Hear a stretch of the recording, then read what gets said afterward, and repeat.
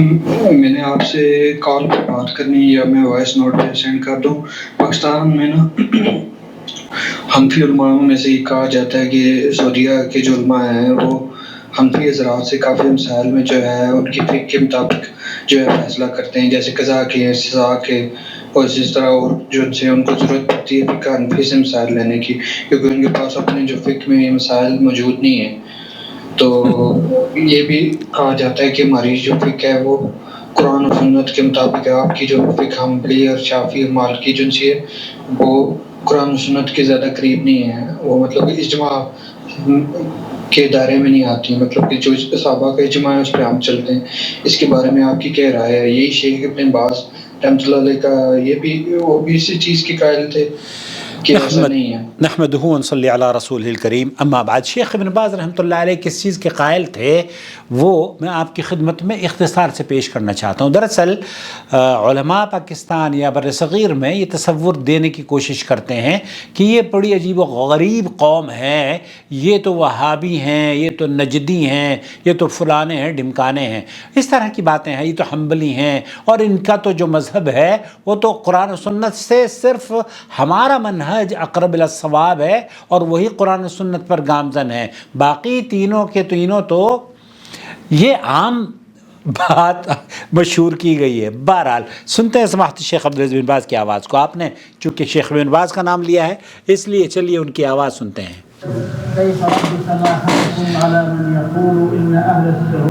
ان اہل السعودیہ، یہ پوچھا جا رہا ہے کہ سعودی عرب کی جو قوم ہے، سعودی عرب کے جو لوگ ہیں، باشندے ہیں، علماء ہیں، مشائخ ہیں، وہ کون لوگ ہیں؟ یہ کیا وہابی ہیں؟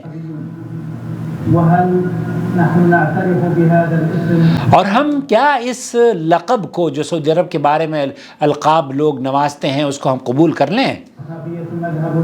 مذہب وہابی ہے اور یہ فلانے ہیں، حالانکہ شیخ ابن باز رحمۃ اللہ علیہ نے یہ بالکل واضح طور پر، میری ویڈیو موجود ہے اس میں بیان دیا ہے کہ ایک مسلمان پر یہ قطعی طور پر واجب نہیں ہے کہ وہ کسی بھی امام یا بزرگ یا کسی بھی صاحب علم کی اندھی تقلید کرے۔ کیا پھر چار مذاہب میں سے اہل سنت والجماعت کے مذہبوں میں سے چلنا چاہیے؟ اور آپ لوگ کون ہیں یہ بتا دیجئے۔ شیخ ابن باز کو سنتے ہیں۔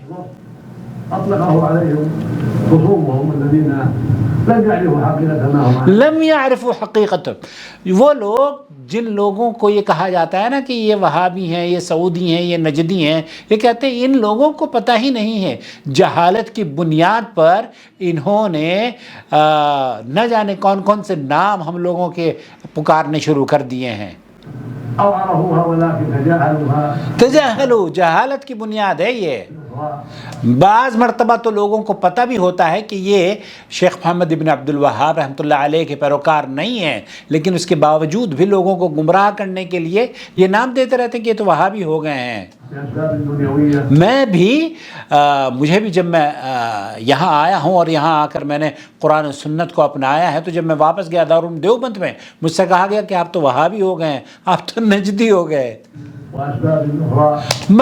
اسباب دنیاویہ، شیخ فرما رہے ہیں کہ دنیا سمیٹنے کی وجہ سے یہ غلط لیبل ہمارے اوپر لگا کر لوگوں کو ہمیں بدنام کرنے کی کوشش کرتے ہیں، اور شیخ محمد ابن عبد الوہاب رحمۃ اللہ علیہ کی دعوت کو مشکوک کرنے کی کوشش کرتے ہیں۔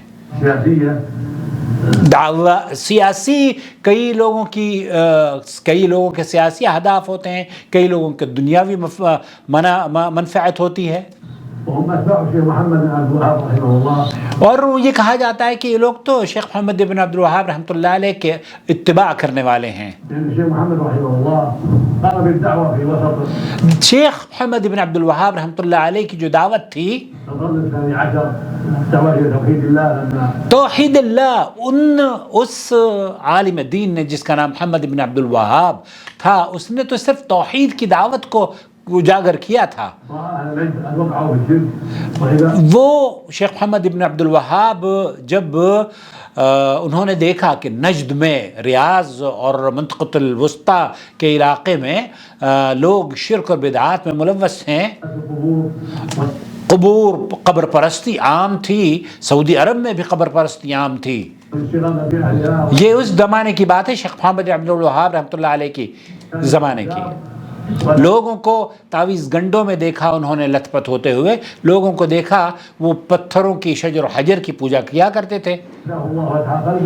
آپ رب العالمین نے شیخ محمد عبد الوہاب رحمۃ اللہ علیہ کے دل کو کھول دیا، توحید کی نعمت سے مالا مال کر دیا، اور اس وجہ سے انہوں نے پھر اللہ رب العالمین کی توحید کی آواز کو بلند کیا، اور اس زمانے کے بڑے بڑے مشائخ اور بڑے بڑے علماء اور قائدین نے اور رہبروں نے ان کی دعوت کو قبول کیا، اور انہوں نے چھوٹی چھوٹی کتابیں لکھی ہیں. لیکن ان چھوٹی کتابوں میں جیسے کتاب التوحید ہے، کشف الشبہات وغیرہ ہے، ان کتابوں کو آپ پڑھیں تو وہ مشکل سے 25 30 یا 50 یا 100 صفحے کی کتابیں ہیں، لیکن علم کا خزانہ ہے. کتاب التوحید آپ دیکھیے. اور پھر اس پر اہل علم نے بھی شیخ محمد عبد الوہاب رحمۃ اللہ علیہ کی دعوت کو قبول کیا اور ان کو سپورٹ کی.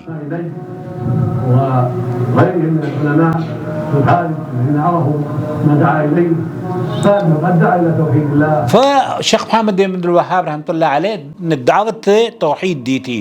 تو یہ جو بیان کیا جاتا ہے نا کہ یہ نجدی ہیں، یہ وہابی ہیں، ان کے پاس تو کوئی فقہ نہیں ہے، ان کے پاس تو کوئی مذہب نہیں ہے، میرے بھائی یہ چاروں مذاہب بھی نبی کریم صلی اللہ علیہ وسلم کی وفات کے بعد، بلکہ ائمہ کی وفات کے بعد مرتب کیے گئے ہیں. کسی امام نے کوئی مذہب مرتب نہیں کیا ہے. ان کے تمام پیروکاروں نے، امام ابو حنیفہ رحمۃ اللہ علیہ اب یہ کہتے ہیں کہ ہم حنفی ہیں اور حنفی مذہب اقرب الی الصواب ہے. چلیے بہت اچھی بات ہے، ہمیں کیا اعتراض ہو سکتا ہے کہ اگر آپ اقرب الی الصواب ہیں. اللہ کرے کہ آپ حق پر ہوں، ہم تو یہ دعا کرتے ہیں. لیکن آپ کو اگر یہ کہنا ہے آپ کا کہ یہ چاروں مذاہب ہی حق پر ہیں، تو پھر سوال یہ پیدا ہوتا ہے کہ امام ابو حنیفہ رحمۃ اللہ علیہ کی وفات کے بعد حنفی مذہب کی تدوین ہوئی ہے. تو امام ابو حنیفہ کس مذہب پر تھے، کس مسلک کے تھے،